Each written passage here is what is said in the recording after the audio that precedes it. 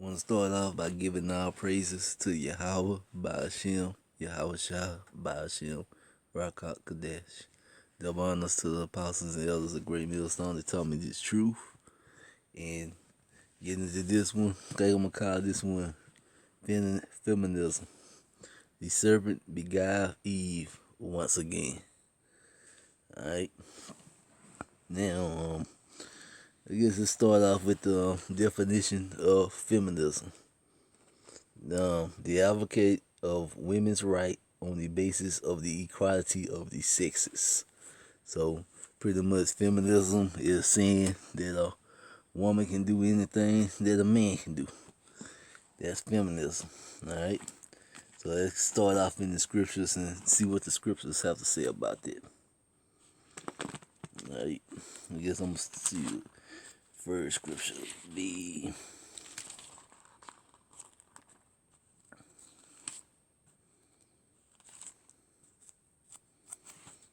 alright.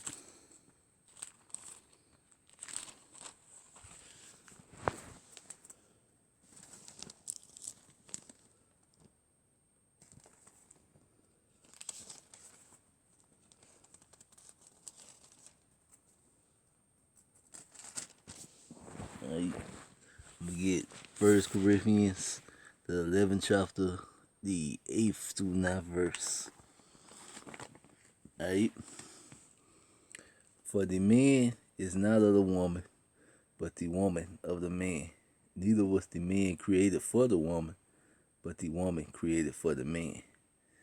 Alright. So that's letting us know that the woman was created for the man. Alright.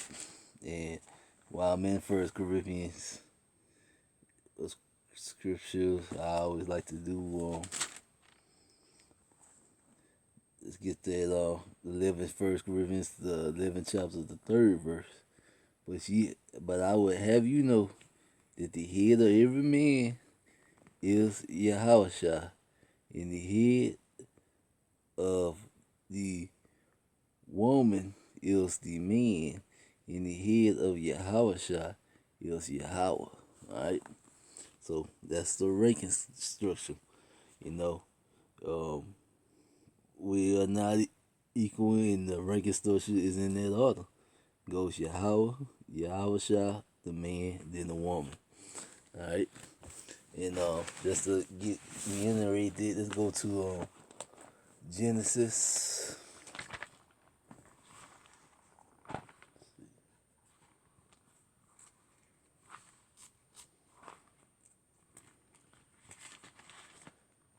Alright. Genesis, the 2nd chapter, the 21st through 25th verse. In the Lord Yahweh caused a deep sleep to fall upon Adam, and he slept, and he took one of his ribs and closed up the flesh instead thereof. And the rib which the Lord Yahweh had taken from man made he a woman and brought her unto the man. And Adam said, This is now bone of my bones and flesh of my flesh. She should be called woman because she was taken out of man.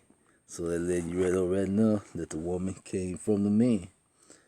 Therefore should a man leave his father and his mother and should cleave unto his wife. They should be one flesh.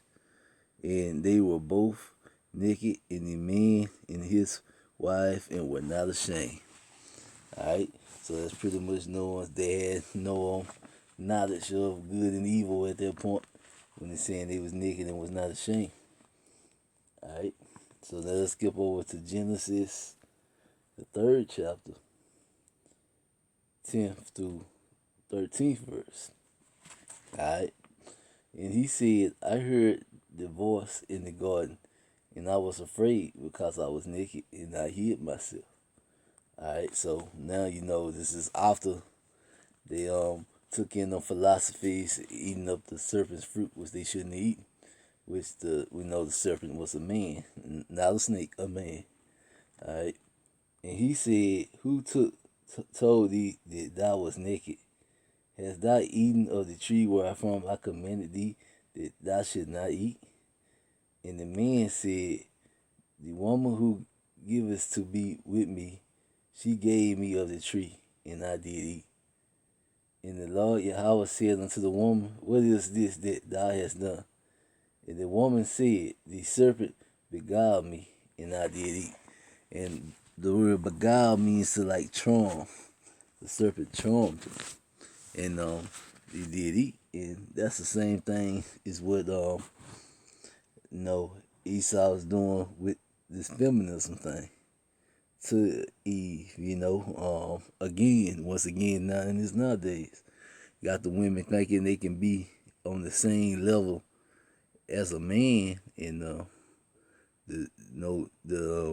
Judah, our women bought into that more than any other one, and because of that, they strong belief in feminism is making them the least desirable women among all the women.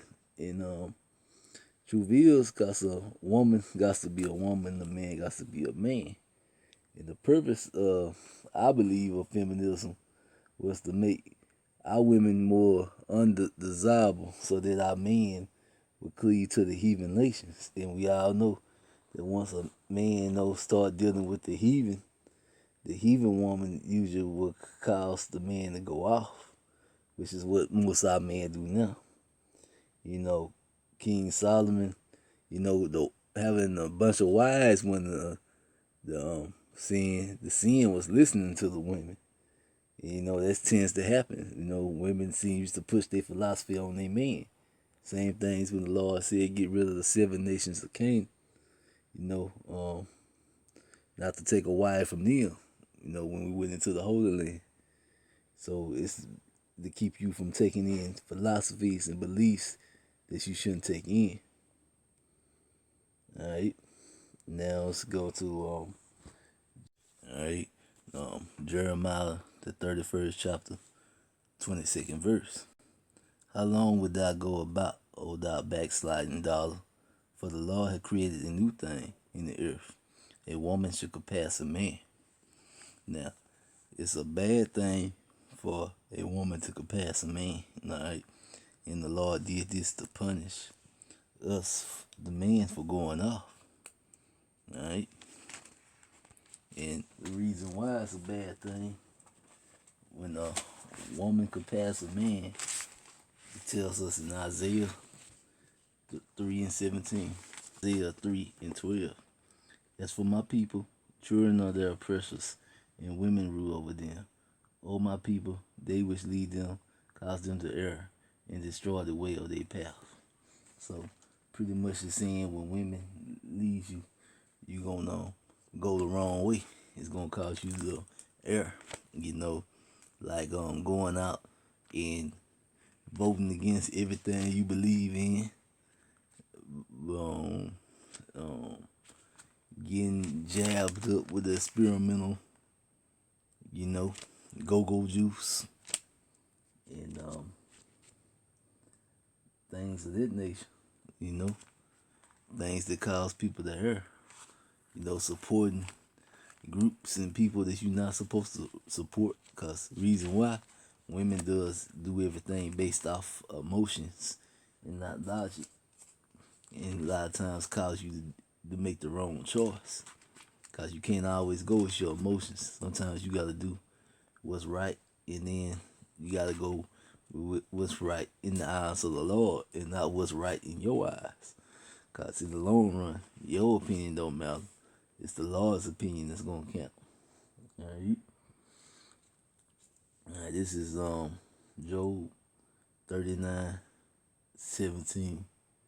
Because Yahweh had derived her of wisdom, neither had he imparted to her understanding. Alright. So pretty much what this is talking about, that spiritual understanding. Yahweh didn't give it to women. He gave the ability to go through the deeper concepts and deeper things of the scriptures to the man.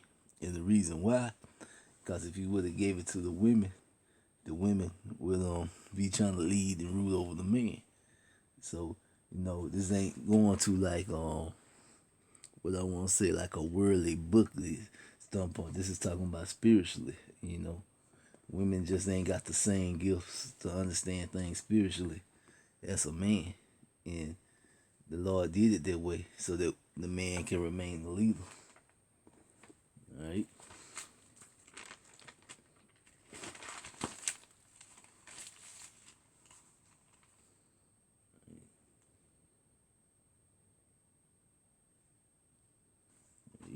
And always, we definitely need, you know, women to go back to being women, because in the end, that is the strength of a nation. And like they say, you can always tell the condition of a nation by the condition of their women. We know our nation in bad trouble because our women are just wild out there and just loose as can be, which puts us in a bad spot. But and then our men go out and get with the heathen, learn their ways, and stray further and forth from Yahweh. Alright, this is the book of Tobit, chapter 4, verses 12 through 13. Alright, beware of our whoredom, my son, and chiefly take a wife of the seed of thy father, and take not a strange woman to wife, which is not of thy father's tribe. For we are the children of the prophets, Noah, Abraham, Isaac, and Jacob. Remember, my son, that our fathers from the beginning, even they, all married wives of their own kindred, and were blessed in their children, and their seed should inherit the land. Now therefore, my son, love thy brother, despise not in thy heart thy brother, the sons and daughters of thy people, and not taking a wife of them. For in pride is destruction, and much trouble, and lewdness is decay, and great want, for lewdness is the mother of famine. Alright, so pretty much it was telling us, the best thing a man can do is take a woman from their own tribe. Alright, so that's where we go. And in the end, women that can't let go of feminism, they just would not be going into the kingdom, because we know we can't bring them kind of problems into the kingdom. Because that's all feminism is. It's a big problem and a lot of mess. And it's out of order, and it goes against everything that the scriptures talk about. We can't bring nothing out of order into the kingdom of heaven. Alright, let's see.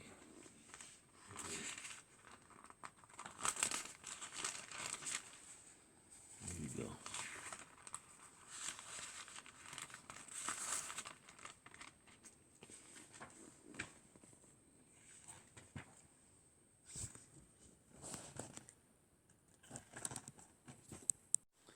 Alright, this is Michael.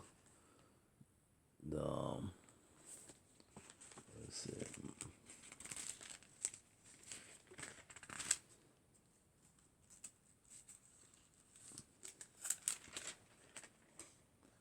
Michael, the 7th chapter, verses 8 through 10.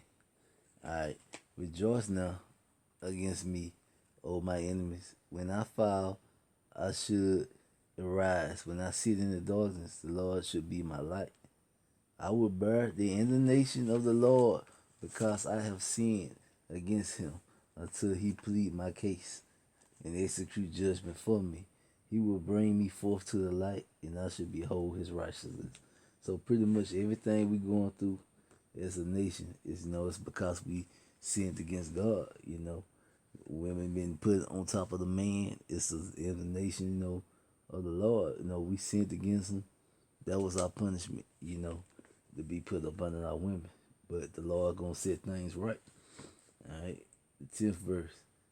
Then she that is my enemy shall see it, and shame shall cover her. Alright, so the feminists, who want to be on top of the man, beat down the man. They say equal, but we already know feminists is always trying to be greater than the man. Alright, And then it say that she that is my enemy should see it, and shame should cover her, which said unto me, where is the Lord thy power? Alright, so pretty much saying to you, where is Yahweh, cause you hear them make them jokes about, sky daddy it is and stuff like that, you know. Pretty soon they're gonna see where the Lord is.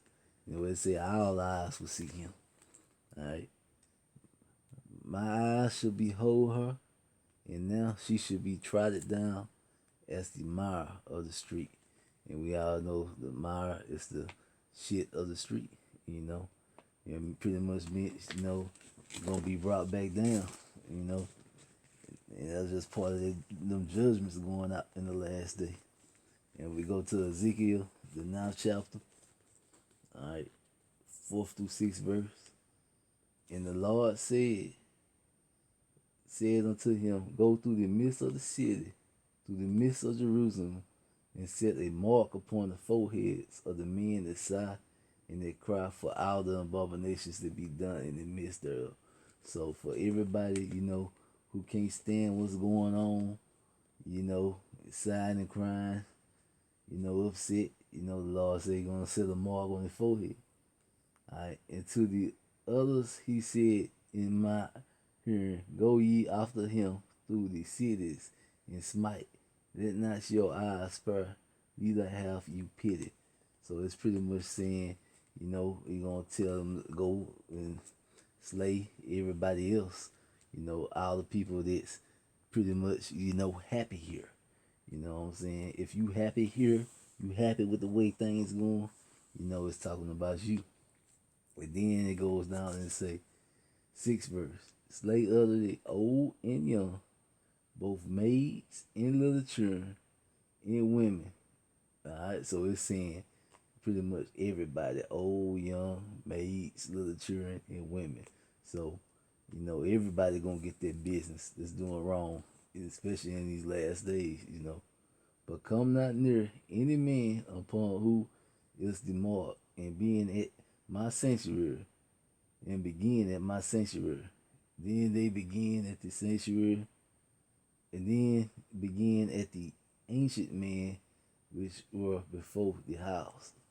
Alright, so that's pretty much saying no one's gonna be exempt. Alright, and that feminine spirit, you don't come out of it, you just ain't gonna make it. It's just that simple, pretty much. Yahweh deals with in order. Everything's going back in order. Alright, and with that, it's Calm Yasharala. Shalom.